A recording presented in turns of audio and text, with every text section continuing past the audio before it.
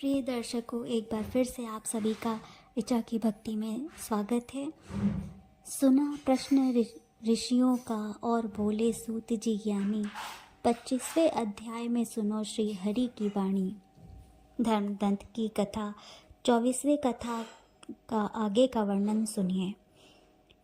तीर्थ में दान और व्रत का आदि सत्कर्म करने से मनुष्य के पाप नष्ट हो जाते हैं, परंतु तू तो प्रेत के शरीर में ही है, अतः उन कर्मों के करने की अधिकारिणी नहीं है। इसलिए मैंने जन्म से लेकर अब तक जो कार्तिक का व्रत किया है उसके पुण्य का आधा भाग मैं तुझे देता हूँ, तू उसी से सद्गति को प्राप्त हो जा। इस प्रकार कहकर धर्मदत्त ने द्वादश मंत्र का श्रवण करते हुए तुलसी मिश्रित जल से जो ही उसका अभिषेक किया, त्यों ही वह प्रेत योनि से मुक्त हो प्रज्वलित अग्निशिखा के समान तेजस्वी एवं दिव्य रूप धारणी देवी हो गई और सौंदर्य में लक्ष्मी जी की समानता करने लगी।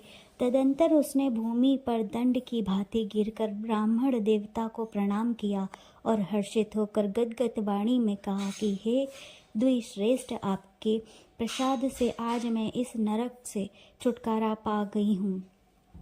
मैं पाप के समुद्र में डूब गई थी और आप मेरे लिए नौका के समान हो गए हो।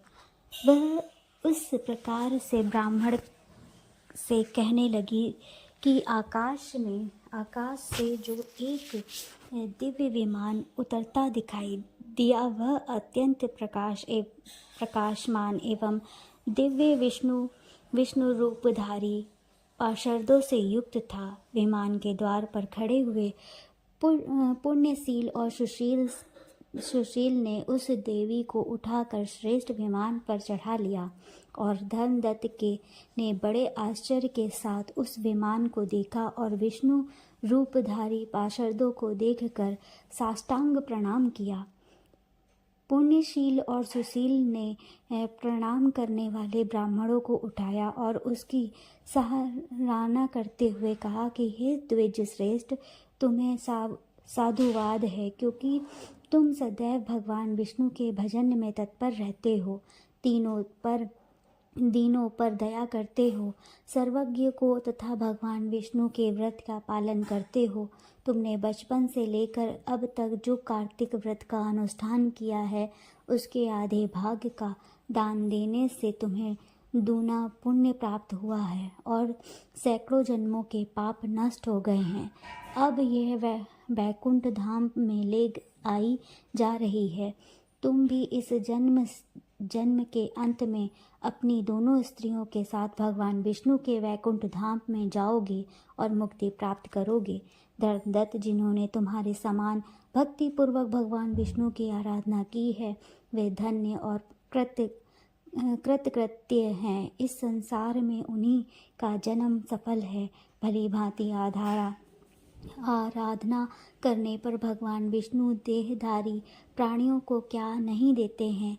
उन्होंने उदानपाद के पुत्र को भी पूर्व काल में ध्रुव पद का स्थापित किया था। उनके नामों का स्मरण करने मात्र से समस्त जीव सद्गति को प्राप्त होते हैं। पूर्व कर्म में ग्रहग्रस्त गजराज उन्हीं के नामों का स्मरण करने से मुक्त हुआ था। तुमने जन्म से लेकर के जो भगवान विष्णु को संतुष्ट करने वाले कार्तिक व्रत का अनुष्ठान किया है, उसने बढ़कर ना यज्ञ है, ना दान और ना ही तीर्थ है। विप्रव, तुम धन्य हो, क्योंकि तुमने